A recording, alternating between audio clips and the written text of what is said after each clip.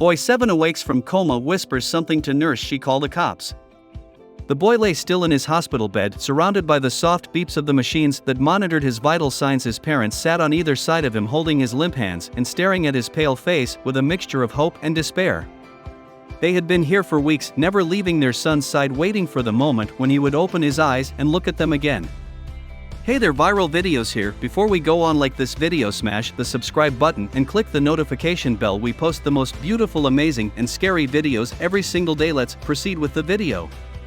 As the hours turned into days and the days turned into weeks, their hope began to dwindle. The doctors had told them that there was little they could do, that they could only wait and pray for a miracle, but still they sat holding on to the belief that their son would wake up, that he would come back to them. Then one day it happened. The boy's eyes flickered open and he blinked several times, trying to focus on the faces of his parents. They gasped in disbelief, tears streaming down their faces as they leaned in closer to him. "Son, can you hear us?" his father asked, his voice breaking with emotion. The boy didn't answer, but he continued to stare at them as if trying to remember who they were. "Please say something," his mother pleaded, her hand shaking as she reached out to touch his cheek. Suddenly the boy's lips parted and he whispered something so quietly that they could barely hear him. The parents leaned in even closer, trying to make out what he was saying. "What did you say, sweetheart?" his mother asked, her voice soft and gentle. The boy repeated the whisper, a little louder this time, and the parents strained to hear him. They couldn't make out the words, but the look on the nurse's face was enough to cause concern. She immediately left the room and made a phone call, speaking in hushed tones that the parents couldn't overhear. They exchanged worried glances, wondering what their son could have said that would cause such a reaction. They sat there in silence, holding their son's hands, waiting for the nurse to return. After what seemed like an eternity, she finally came back into the room, her face pale and drawn. She approached the bed, her eyes fixed on the boy, and whispered something to the parents. "We need to call the police," she said, her voice barely above a whisper. The parents were stunned. They didn't understand why the police needed to be called, or what their son could have said that would warrant such a reaction. "What's going on?" his father asked, his voice trembling with fear. The nurse hesitated for a moment, then leaned in close and whispered something to them. The parents gasped, unable to believe what they had just heard. They exchanged a glance, wondering how their son could know such a thing. "Are you sure?" his mother asked, her voice barely above a whisper. The nurse nodded, her face grave. The parents nodded, still in shock. They didn't know what was happening, but they trusted the nurse and knew that they had to act quickly. They picked up the phone and made the call, their hearts pounding with fear and uncertainty. As they waited for the police to arrive, they sat in silence, staring at their son and wondering what he had seen or heard that had led him to whisper such a thing to the nurse. They prayed for a miracle, hoping that their son would be all right and that the police would be able to help, but deep down they knew that their lives would never be the same again. The parents waited in a state of anxious anticipation as the nurse dialed the number for the police. Their minds raced with questions, trying to figure out what their son could have whispered to the nurse that was so serious that it warranted calling the police. They held their breath as the nurse spoke into the phone, explaining the situation in hushed tones. After a few moments, the nurse hung up the phone and turned to the parents. "The police are on their way," she said. "They'll be here soon." The parents nodded, their hearts racing with fear and uncertainty. They tried to stay calm, but it was hard not to let their minds wander to the worst possible scenarios. They wondered if their son had witnessed a crime, if he had been hurt by someone, or if he had overheard something that he wasn't supposed to. The nurse stayed with them, trying to reassure them as best she could. She explained that the police would ask them questions about their son's condition and they would need to answer truthfully. The parents nodded, grateful for the guidance, but they couldn't help feeling overwhelmed by the situation.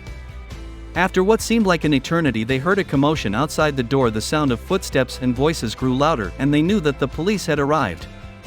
The nurse went to open the door and two officers entered the room. They introduced themselves and began asking questions about their son's condition and what had happened.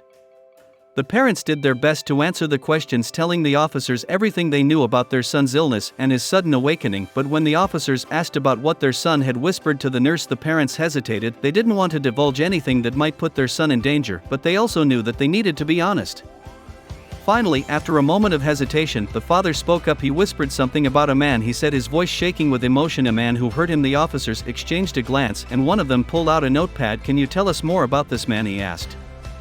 The parents hesitated, unsure of what to say, but then the mother spoke up. "We don't know who he is," she said, "but our son was very scared of him. He told us that he didn't want to go back to him." The officers nodded, scribbling notes on their notepads. They asked more questions, trying to piece together the puzzle of what had happened to the boy. The parents did their best to answer truthfully, hoping that the officers would be able to help. As the questioning continued, the parents couldn't help feeling a sense of relief. They knew that they had done the right thing by calling the police, and they were grateful for the support of the officers.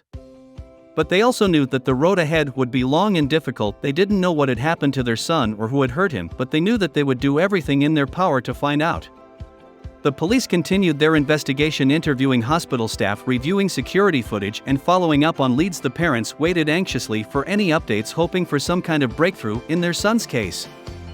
Days turned into weeks, and the investigation seemed to stall. The parents began to lose hope, wondering if they would ever find out what had happened to their son. But then one afternoon, they received a call from one of the officers on the case. "We've found him," the officer said. "The man who hurt your son, we've arrested him." The parents felt a sense of relief wash over them, but also a sense of dread. They knew that they would have to confront the man who had hurt their son, and they didn't know how they would handle it.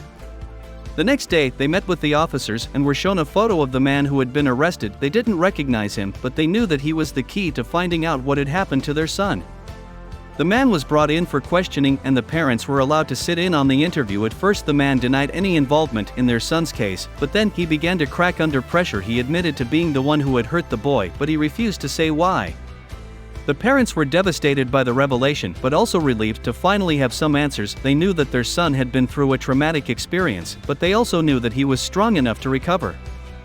After the interview, the officers took the parents to see their son. He was still recovering, but he looked better than he had in weeks. When he saw his parents, he smiled weakly and reached out to hug them. "I'm sorry," he whispered. "I didn't mean to get hurt."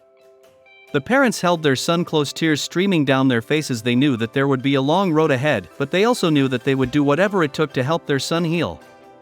In the weeks that followed, their son continued to recover both physically and emotionally. He began to open up to his parents about what had happened, and they were able to piece together a timeline of events.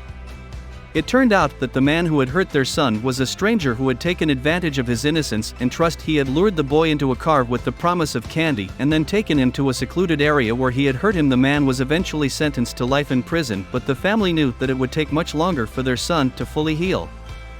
They sought out therapy and support groups to help him cope with the trauma, and they made sure to always be there for him no matter what. Years later, when their son was a teenager, he wrote a letter to the nurse who had called the police. In it, he thanked her for being there for him when he needed someone the most, and he told her that he was doing well.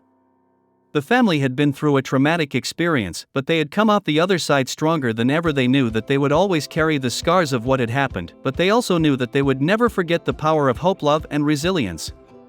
What did you think of this story? Let me know your thoughts in the comments, like the video, and subscribe. See you next time.